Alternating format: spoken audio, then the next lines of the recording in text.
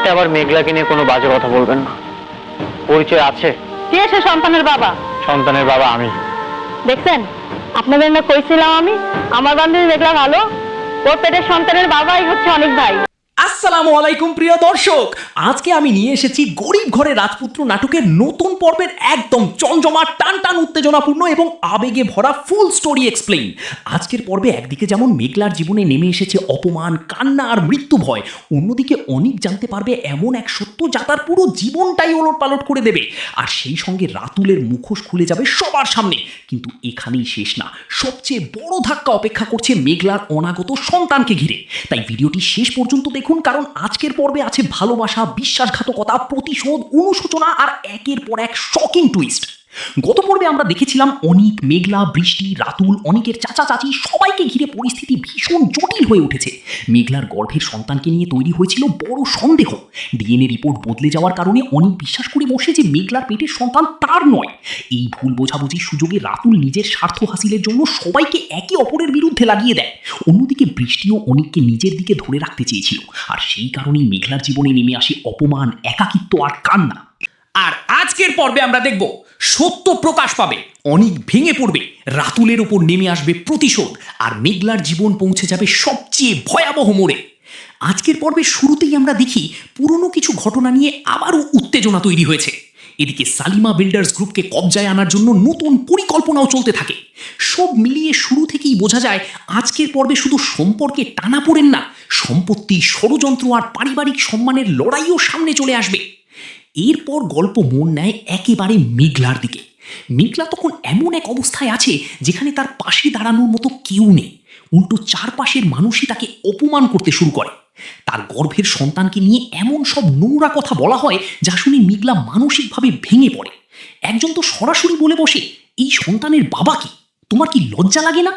এই কথাগুলো মেঘলার বুকের ভেতর ছুরি হয়ে বিঁধে যায়। সে বারবার বোঝাতে চায় সে কোনো অন্যায় করেনি, সে পাপী নয়, কিন্তু কেউ তার কথা শুনতে চায় না।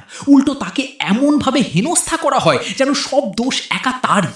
এই অপমান, এই অসম্মান, এই মানসিক নির্যাতন আর সহ্য করতে না পেরে মেঘলা একেবারে ভেঙে পড়ে। সে কাঁদতে কাঁদতে বলতে থাকে, আমি পাপী, আমাকে মেরে ফেলো, আমি বাঁচতে চাই না।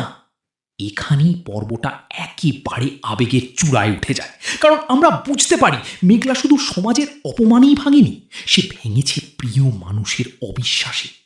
অন্যদিকে যারা এতদিন লোভ আর স্বার্থের জন্য ভুল পথে হেঁটেছিল, সেই অনিকের চাচা চাচিও এবার বিপদে পড়ে যায়। রাতুল তাদের বাড়ি থেকে বের করে দেয়, আর তখন তারা অসহায় হয়ে পড়ে। যে মানুষগুলো একসময় অন্যের সর্বনাশের খেলায় নেমেছিল, আজ তারাই আশ্রয়ের জন্য দাঁড়ে দাঁড়ে ঘুরছে। তারা অনিকের কাছে এসে কান্নাকাটি করে, ক্ষমা চায়, আশ্রয় চায়। প্রথমে অনিক তাদের ফিরিয়ে দিতে চাইলেও পরে কথায় কথায় বেরিয়ে আসে সবচেয়ে বড় সত্য। অনিকের চাচা চাচি কাঁদতে কাঁদতে স্বীকার করে যে মেঘলার গর্ভের সন্তান আসলে অনিকেরই সন্তান। আর এই সত্য আড়াল করতেই রাতুল ডাক্তারকে দিয়ে ডিএনএ রিপোর্ট বদলে দিয়েছিল। এই কথা শোনার পর অনিক যেন আকাশ থেকে পড়ে। সে বিশ্বাসই করতে পারে না এতদিন সে যাকে অপমান করেছে, যাকে অবিশ্বাস করেছে, যে মেয়েটা বারবার সত্য বলার চেষ্টা করেছে, সেই মেঘলাই সত্যি ছিল।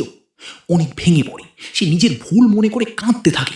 সে বলতে থাকে, মেঘলা তাকে বারবার বোঝাতে চেয়েছিল, কিন্তু সে একবারও বিশ্বাস করেনি। সে সমাজের সামনে মেঘলাকে অপমান করেছে, এমনকি নিজের অনাগত সন্তানকেও অস্বীকার করেছে। এই দৃশ্যটা পুরো পর্বের অন্যতম শক্তিশালী মুহূর্ত, কারণ এখানে অনিক প্রথমবার নিজের অপরাধটা পুরোপুরি বুঝতে পারে। অনিক বলতে থাকে, সে তো সবসময় বাবা হওয়ার স্বপ্ন দেখত। যখন সে শুনেছিল বৃষ্টি মা হতে পারবে না, তখন তার বুকের ভেতরটা ভেঙে গিয়েছিল। কিন্তু আজ সে জানতে পারল মেঘলার গর্ভে তারই সন্তান ছিল, আর সে সেই সন্তানকে অস্বীকার করেছে। এই উপলব্ধি অনিককে ভেতর থেকে গুঁড়িয়ে দেয়। সে বুঝতে পারে সে শুধু একজন নারীকে অপমান করেনি, সে নিজের সন্তানের অস্তিত্বকেও অপমান করেছে। সত্য জানার পর অনিক আর নিজেকে সামলাতে পারে না। এবার তার টার্গেট একটাই, রাতুল। সে বুঝে যায় রাতুল শুধু বন্ধুর মুখোশ পড়েছিল, আসলে সে সব সময় অনিকের বিশ্বাস নিয়ে খেলেছে। ব্যবসার টাকা চুরি করেছে, ফাইল চুরি করেছে, আর শেষ পর্যন্ত মেঘলা আর অনিকের সম্পর্ক ভাঙতে ডিএনএ রিপোর্ট পর্যন্ত বদলে দিয়েছে। অনিক রাতুলকে ধরে ফেলে, তারপর শুরু হয় ভয়ঙ্কর প্রতিশোধ।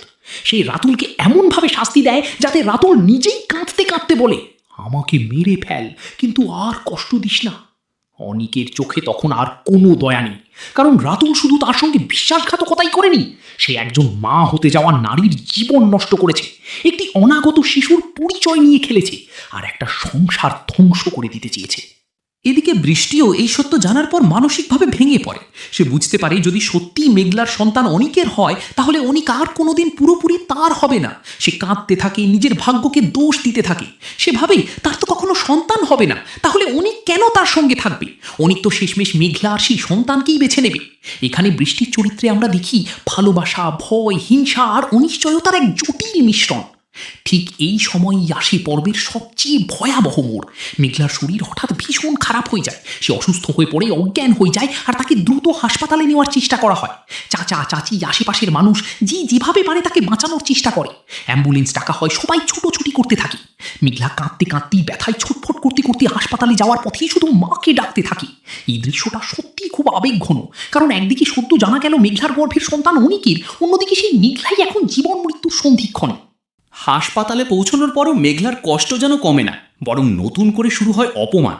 হাসপাতালের ফর্মে রোগীর স্বামীর নাম চাইলে সঙ্গে থাকা লোকজন বিপদে পড়ে যায়, কারণ অনিক তখনও সেখানে নেই আর পরিস্থিতিও এলোমেলো। তখন হাসপাতালের লোকজন এমনভাবে প্রশ্ন করতে থাকে যেন মেঘলার গর্ভের সন্তান অবৈধ। এমনকি তারা চিকিৎসা দিতে গড়িমসি করে, অপমানজনক কথা বলে। এই দৃশ্যটা দেখায় একজন অসহায় গর্ভবতী নারীর প্রতি সমাজ কতটা নির্মম হতে পারে। ওদিকে অনিক যখন সব সত্য জেনে মেঘলার কাছে ফিরতে চায়, তখন সে জানতে পারে মেঘলাকে হাসপাতালে নেওয়া হয়েছে। সে ছুটে আসে, কিন্তু এসে কাউকে পায় না। শুধু শুনতে পায় মেঘলা খুব অসুস্থ, তার অবস্থা ভালো না। এখানেই তৈরি হয় নতুন সাসপেন্স। অনিক কি সময় মতো মেঘলার কাছে পৌঁছতে পারবে? মেঘলা কি অনিককে আরেকবার সুযোগ দেবে? সব অপমান, সব অবিশ্বাসের পরও কি সম্পর্ক আবার জোড়া লাগবে? আর সবচেয়ে বড় প্রশ্ন, মেঘলা ও তার অনাগত সন্তান কি বেঁচে থাকবে? এখন দেখার বিষয় আগামী পর্বে কি হয়। অনিক কি মেঘলার সামনে গিয়ে ক্ষমা চাইতে পারবে? মেঘলা কি অনিককে ক্ষমা করবে? মেঘলার সন্তান কি নিরাপদ থাকবে? রাতুল কি এখানেই শেষ, নাকি সে আবার নতুন কোনো চাল চালবে? বৃষ্টি কি অনিককে ধরে রাখতে আরও বড় কিছু করবে? দর্শক, সামনে আরও বড় বিস্ফোরণ অপেক্ষা করছে, কারণ সত্য প্রকাশ পেলেও এই নাটকে ঝড় এখনও থামেনি। তো প্রিয় দর্শক, এই ছিল গরিব ঘরে রাজপুত্র নাটকের আজকের পর্বের ফুল স্টোরি এক্সপ্লেন। আশা করি ভিডিওটা আপনাদের ভালো লেগেছে। ভালো লাগলে লাইক করুন, আপনাদের মূল্যবান মতামত কমেন্ট করুন, বন্ধুদের মাঝে শেয়ার করতে ভুলবেন না।